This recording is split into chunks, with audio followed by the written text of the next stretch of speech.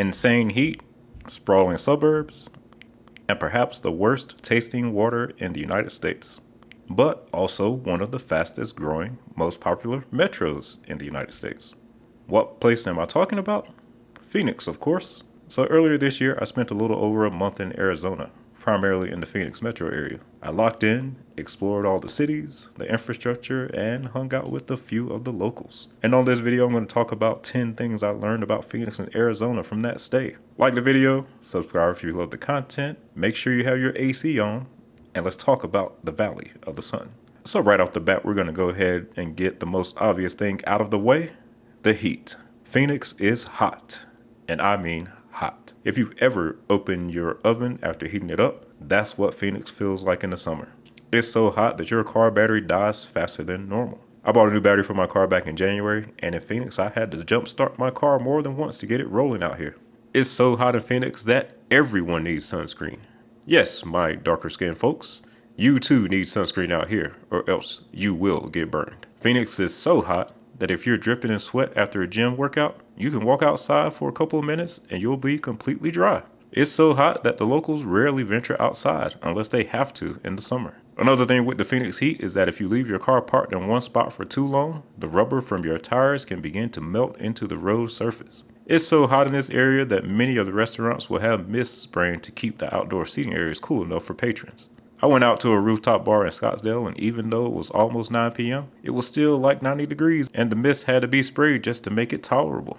The heat in Phoenix is unlike anything most have experienced. There are some who will say, well, it's dry heat. Well, I say an oven is dry heat, and it's still hot. The heat out here will smack you in the face as soon as you walk outside. Now, if you're well off in Arizona, then you can escape to a second or vacation home up in the mountains to the north for the summer. But for the general population, well, you just have to deal with it. Or get up at around 5 a.m. to do any outdoors activities. The next thing about Phoenix that I learned is that the water is absolutely disgusting. So typically when I travel around the country, I usually just drink the tap water in most states. Some do indeed taste better than others, but none quite like what you'll find in Phoenix.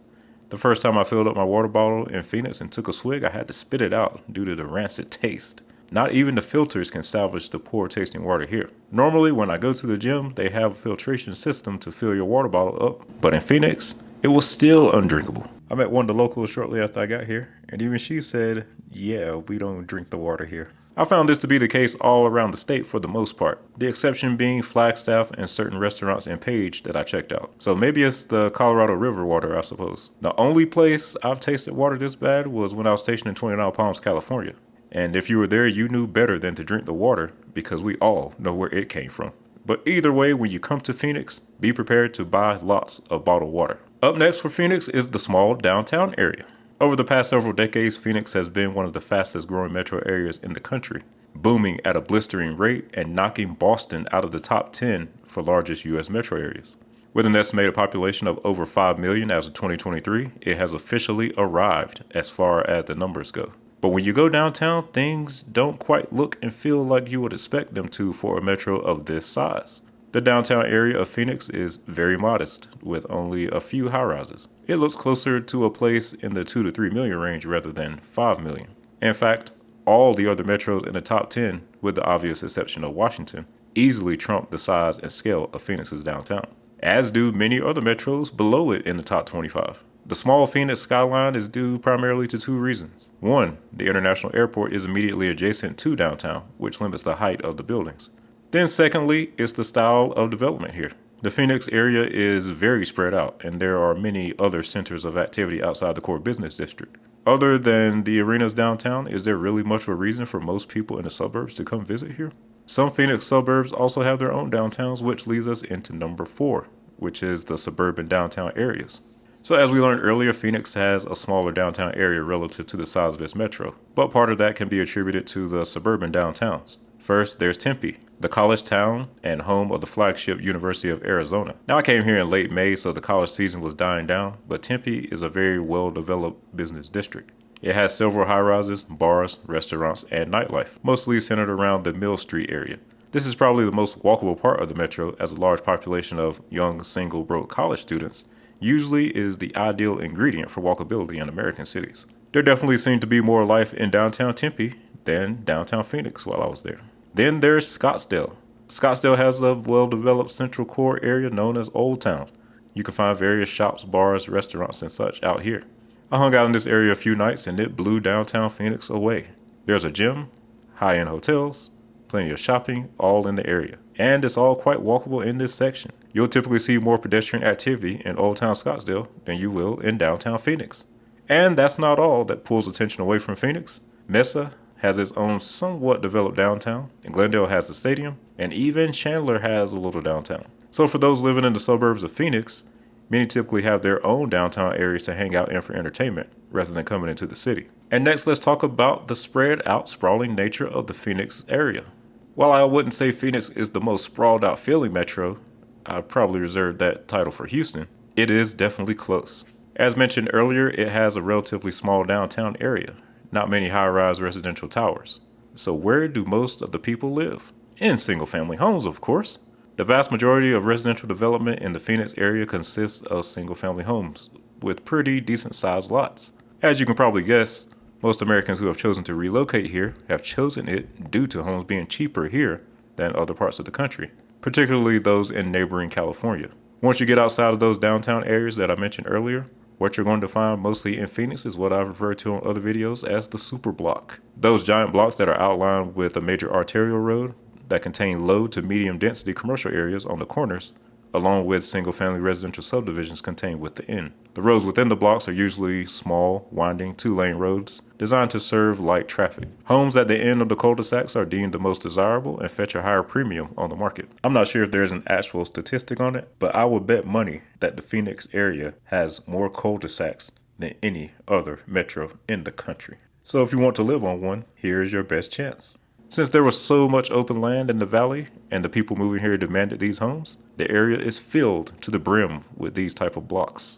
If not for your GPS, you probably wouldn't be able to tell whether you were in Gilbert or Chandler, since they mostly look the same. Thanks to this city spread, it can take you a while to travel between various parts of the metro area. Not necessarily due to the traffic or congestion, but just the sheer distance between things.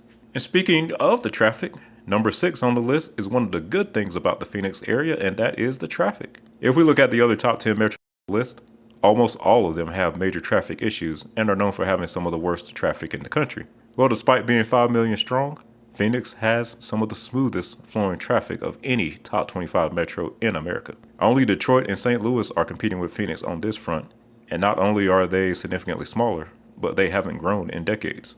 While Phoenix, on the other hand, has been booming, and Arizona has been able to keep things flowing. Why is this? Well, the Phoenix metro area, as mentioned earlier, is mostly defined by low-density suburban style development. As such, officials have designed the roadways to accommodate this type of development. Since Phoenix is a newer city that was mostly built after the arrival of the automobile, it has multiple high-capacity roadways circling and looping around the area. Of course, you have your 2 interstates, but you also have several state routes that appear to be at interstate standards and are designed to handle high volumes of suburban commuters. Phoenix never had the issues with space because before the car, there wasn't much of anything here. This made it easier to build multiple maxed out or near maxed out freeways in the metro area, as there was little pre-developed land in the way. Usually, some of the worst traffic that you'll find in an American metro are the freeways immediately adjacent to the downtown areas. This is partially due to the fact that downtowns usually are more dense in development, and due to the lack of space, the roadways are actually smaller and tighter. Well, in Phoenix, that is not the case. The downtown is slightly more dense than the rest of the city, but not like other large cities. And the freeways adjacent to it are just as wide as they are in the suburbs for the most part. So yes, you can zip in and out between downtown Phoenix and one of the suburbs during most parts of the day without much issue. I didn't find a single freeway bottleneck in the area the entire time I was there. Almost hard to believe. So at the end of the day, Phoenix has the best flowing traffic of any top 10 metro in the country by far. And if you want to escape traffic, well, add Phoenix to your list. Still on the topic of the roads is number 7, and that is that Phoenix has no auxiliary interstates. The only major metro in America that doesn't have any. For those who aren't aware, auxiliary interstates are those with 3 digits that usually function as a loop around or spur into a city. The first digit is odd or even, with odd numbers being spurs and even numbers usually being some type of loop, while the other digits are the same as the main route or parent route that it loops or spurs from. Now, the fact that Phoenix doesn't have an auxiliary route doesn't mean that it doesn't have any roadways that still serve the same function. In fact, many of the state highways in the Phoenix metro area are up to interstate highway standards. The main reason that these roads are not interstates is that the Phoenix area actually faced significant opposition from residents in regards to building roads back when the federal government was footing most of the bill. By the time public opinion had changed, the federal money was mostly gone, so the state had to build their freeways with their own money. This led to them being assigned state routes rather than interstates. Now, with them being up to interstate standards and toll-free, they certainly are eligible to be added to the interstate highway system, but it appears that the Arizona DOT has no interest in doing so at this time. At number 8, on still somewhat the topic of infrastructure, is that the Phoenix area is walkable. Sort of. For walkability, I'm going to give the Phoenix area an asterisk because, technically speaking, you can indeed walk around most parts of the metro. Sidewalks are abundant, crosswalks are clearly identifiable, and well timed with traffic signals. Yes, for all of the cul-de-sacs, expansive highways, and low-density development, you can indeed walk on an actual sidewalk across most of the Phoenix area. The problem? The distance that you'll have to walk to your destinations, and to a lesser degree, at least in the summer, is the heat. For a good chunk of my stay, I was in a Fairfield Inn over in Tempe. Right out front was Priest Drive, lined with sidewalks on both sides, up and down. The problem here? There's really not much to walk to. Most destinations within walking distance were industrial or commercial areas that had large parking lots out front with large setbacks from the roadway. And this isn't just limited to the specific area I was in. If you look at most of the residential development in the metro, you'll see those super blocks that I spoke of earlier. They are blessed with plenty of sidewalks, but for anything outside of just walking around your neighborhood, you're likely going to have to drive, which, due to the light traffic in the region, might not be as painful as you would think. The exception, of course, was the area closer to the university. I did spend the night at the Hyatt near downtown Tempe, and plenty of entertainment and restaurants were accessible on foot from there. So on the surface, the planning department in the metro has put the bones in place for high levels of walkability. However, they have not actually forced the developers to build developments that are easily accessible to pedestrians. And I'm not necessarily saying it's a bad thing. Depending on what you're looking for, this might be just what you want. After all, driving is easier here than other areas. You just need to be aware of it should you choose to move to the Phoenix metro area. The next shocking thing about Arizona is the time zone. If you look at a map of the US time zones, you'll notice that Phoenix is on Mountain Time, putting it in line with places like Denver and Salt Lake City. But there's a catch. Arizona does not observe daylight savings time. So when I crossed into Arizona from New Mexico back in May, I actually went back 2 hours instead of 1. Without daylight savings time, Phoenix is on the same time as California this time of year. But that's not where it ends. The Native American tribes in the state still do observe daylight savings time, so they are on a different time than the rest of the state. So you can imagine the wacky sleep patterns that I had while visiting the state. I went from Phoenix to Las Vegas to visit some family, which were on the same time. But then we went over into Utah to visit Zion and Bryce Canyon National Parks, which are on Mountain Time. Then after Bryce, we went back down into Arizona into the Page area for Horseshoe Bend, where you drop back another hour. But then on top of that, our trip over to check out Miami Valley is on a reservation, so daylight savings time is not observed, and you add that hour back. Not to mention Antelope Canyon is also on the reservation just outside of Page, so there's a swing back and forth with time for going there too. And finally, after leaving Page, you drive through the reservation to get back to Flagstaff and Phoenix, temporarily gaining an hour. Are you confused yet? By the time it was all said and done, I found myself waking up at like 5:30 a.m. every morning and being exhausted by 8. If you come to explore Arizona in the summer, your internal clock is going to go berserk. And the last thing I have to mention, which applies more so to the state as a whole than to just Phoenix, and that is the state is beautiful. As I mentioned earlier, around Page, you have Lake Powell, which is a famous area for recreation. There's Horseshoe Bend, which has some iconic views that you've probably already seen advertised somewhere, even if you haven't been out here yet. There's a small fee to access it, but it is worth it. And the trail is mostly flat and easy for pretty much all people to traverse. I strongly recommend it. Also in Page is Antelope Canyon. This one is a little more costly, but I recommend it as well. You won't really find anything like this anywhere else. And when you walk inside some of those caves, it feels so cool as if an AC is blowing on you despite the heat outside. And then there is Sedona. Now I didn't have time to actually do any hiking in Sedona, but just driving through the area is going to blow you away. Your neck is going to get quite the workout from all the turning and twisting it's doing, trying to catch and check out all of the views. And of course, Who can forget the Grand Canyon? Unfortunately, I didn't have time to get up there yet, but you already know how iconic this place is. It goes without saying, and it is definitely unlike anything you will find elsewhere in the country. Only in Arizona. And there you go, ladies and gentlemen. Phoenix, Arizona. The Grand Canyon State. The Valley of the Sun. If you've ever been to Arizona, let me know what your thoughts are on the state. Do you have any things you'd like to add? Or do you agree or disagree with some of my personal findings?